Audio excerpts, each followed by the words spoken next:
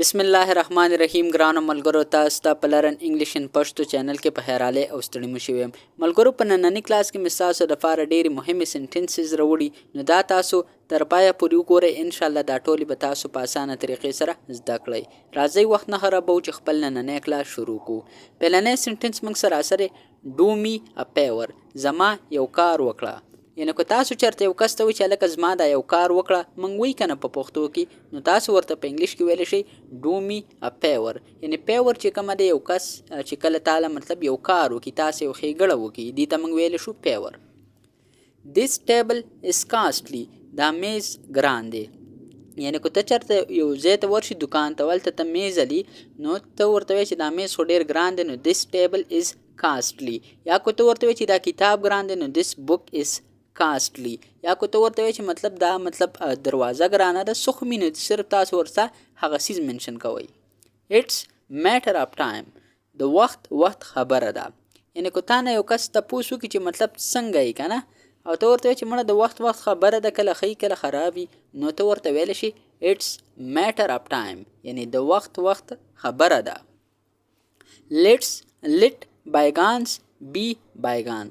Let bygone be bygones یعنی د دې مطلب سره چې څه وشو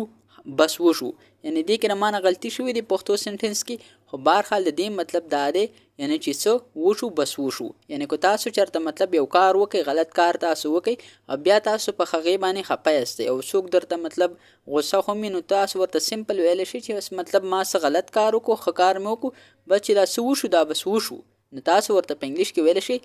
Let bygones be bygones He is petty shopkeeper هغه خو یو عام دکاندار دی یعنی که تاسو چرته یو کس یادوي چې هغه خو یو عام دکاندار دی نو تاسو په انګلیش کې ویلی شي He is petty shopkeeper یا که ته وایې چې مطلب هغه خو یو عام انسان دی که نه موږ یو عام انسان دی He is petty man یعنی مطلب تاسو همدغه رنګي نور هم تاسو که یو کس یادوي یا یو څیز یادوي چې دا عام کس دی یا څه هم دی نو تاسو صرف دغه He is petty او بیا تاسو د هغې نه بعد چې کم کس یادوئ نو هغه په انګلیش کې به تاسو له درځي نو تاسو ورڅخه هغه ایډ کوئ نو تاسو ته به انشاءالله هیڅ قسمه مسله نه وي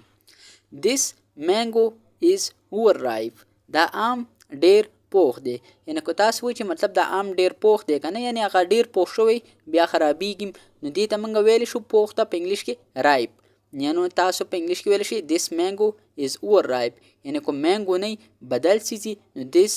dash is overripe تاسو ورڅخه هغه ایډ کوئ What would you like to have ته څه اخیستل غواړې یعنی که تاسو چېرته د یو کس نه تپوس وکړئ پوښتنه وکړئ چې هلکه ستا څه لګي یا ته څه اخیستل غواړې نو په انګلیش کې ورته ویلی شي What would you like to have I want to buy a book زه یو کتاب اخیستل غواړم یعنی که تاسو چېرته یو کس ته وایي چې زه یو کتاب اخیستل غواړم نو تاسو ورته په انګلیش کې ویلی شئ I want to buy a book یعنی که تاسو د بوک نه علاوه بل څیز اخلئ نو تاسو ورته بیا ویلی شئ I want to buy یعنی هغه څیز ورڅه ایډ کوئ یعنی تاسو سمپل دا میتھډ زده کړئ دا طریقه زده کړئ چې مطلب زه به د مطلب I want to buy یعنی تاسو ورڅه بیا هغه څیز ایډ کوئ انشاءالله په دې به هم زه تاسو په کوم په مزه به زه تاسو ته کلاسونو کې ویم نو بیا به تاسو ته مسله نه وي Let's go to the other shop ځه چې بل دکان ته لاړ شو یعنی که تاسو چېرته بازار ته تللی یاستئ او تاسو یو خپل ملګري ته ویلی وایي چې مطلب راځه چې بل دکان ته لاړ شو کم دکان کې ستاسو څیز خوښ نه شي او تاسو هغه ته وایي چې مطلب بل دکان ته لاړ شو نو تاسو ورته په انګلیش کې ویلی شئ Let's go to the other shop I can't choose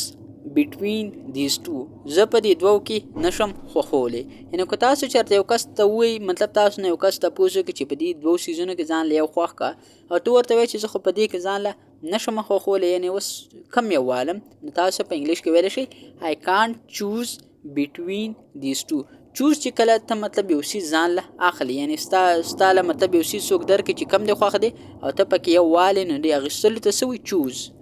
I don't like this one ما ته دا یو نه دی خوښ یعنی که تاسو چېرته یو کس ته وایي چې هلکه ما ته دا څیز نه دی خوښ ما ته دا یو څیز نه دی خوښ نو تاسو ورته په انګلیش کې ویلی شئ I don't like this one Can you show me something new آیا ته ما ته څه نوي څه ښودلی شي. یعنې که تاسو چېرته یو دکان ته لاړ شئ او هلته تاسو مطلب انګلیش وي او ته ورته وایې چې هلکه تاسو په دکان کې څه داسې نوي هر څه شته دی چې مطلب ته ماته هغه وښیې، نو په انګلیش کې ورته ویلی شي can you show me something new, don't you have a better quality in this. آیا تاسو سره په دې کې ښه معیار نشته. یعنې که تاسو چېرته د یو کس نه پوښتنه وکئ مطلب دکاندار څه تاسو ته مختلف قسمه ارسلی، تاسو ورته وایئ چې مطلب په دې کې تاسو سره ښه معیار شته، نو تاسو ورته په انګلیش کې ویلی شئ don't you have a better quality in this. how much these books cost.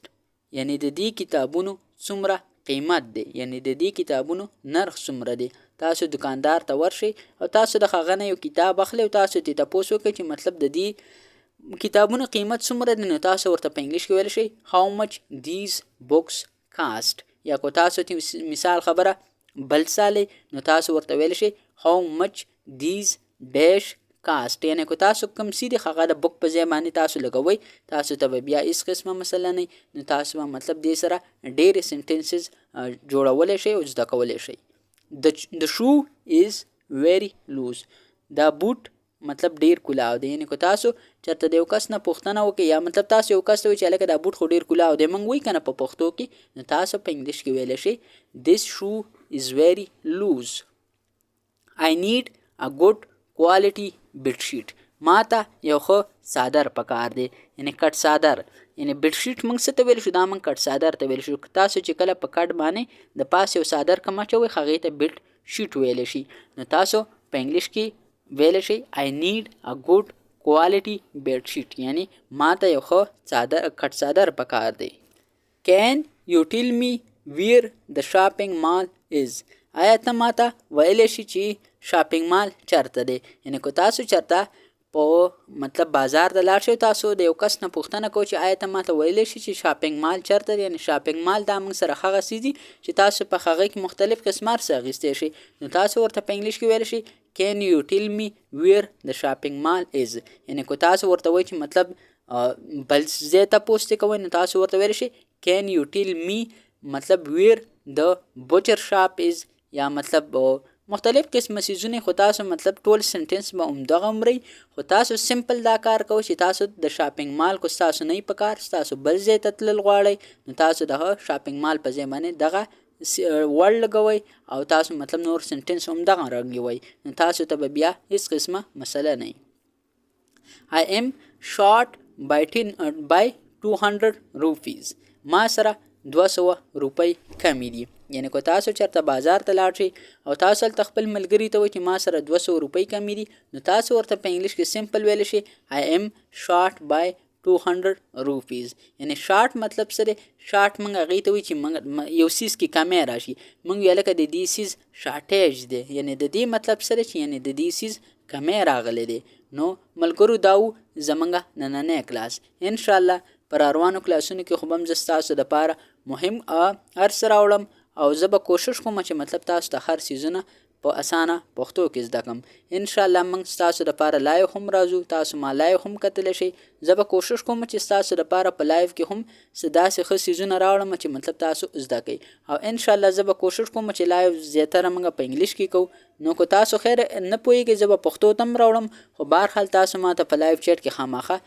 کمنټ کوئ او تاسو ته به زه د هغې ریسپانس در کوم. که په هغه لایو کې ما در نه کړو نو بیا به هم زه تاسو له په بله لایو کې در کوم. ملګرو نننی کلاس زموږ پای ته ورسېدو، اوس ماله اجازت راکئ. انشاءالله تاسو سره به په یو بل نوي کلاس کې ملاقات کیږي. د خپل ځان ډېر ډېر خیال ساتئ. د الله په امان.